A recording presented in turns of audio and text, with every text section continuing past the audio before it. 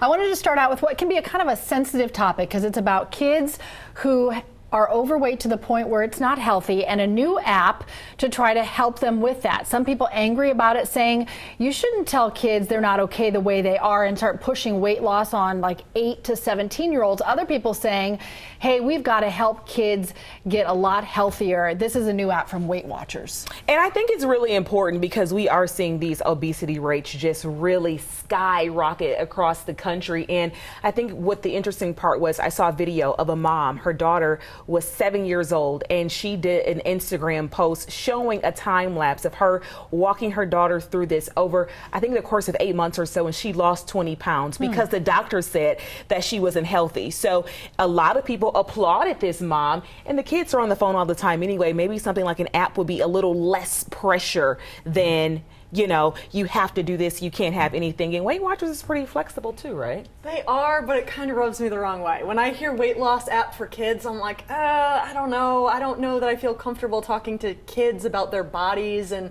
maybe it's a conversation to have with parents about how do you serve healthier meals for the family, how do you incorporate walking with your kids or playing sports with your kids, but to put it on a kid makes me feel a little bit You weird. feel like they'll be labeled that at such an early age, and then they'd be labeled that their whole life. Right.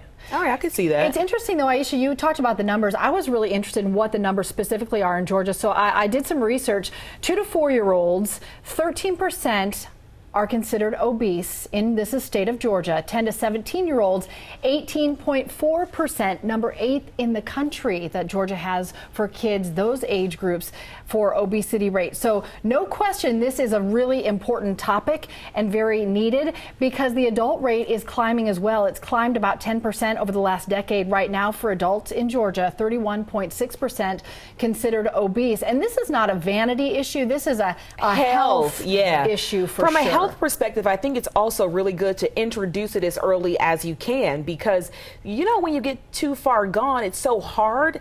And maybe if you catch it sooner, you're able to show them these ways and these habits earlier in life, and they become healthy adults as well, because we're not doing good either. And I think a lot about access. I think there's a lot of families out there that would like to choose food differently, but it's about access and affordability for a lot of people. All right. Yeah, I think that is a good way to look at it, too. All right. Really quick, I did want to mention Dr. Sujatha Reddy had some great advice for parents. If you're wondering, how do I handle this? Let's take a listen.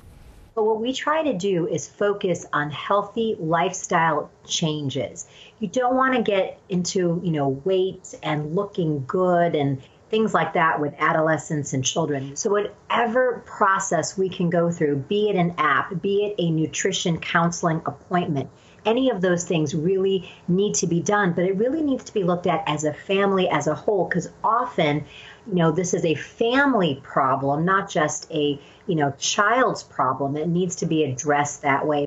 All right, so parents, let's help each other out. If you have good ideas about how to teach your kids about nutrition, help them eat healthier, maybe they don't like to eat the vegetables, whatever it is, share your ideas, and we'd love to hear your comments on this idea of some weight loss alternatives specifically for these younger kids.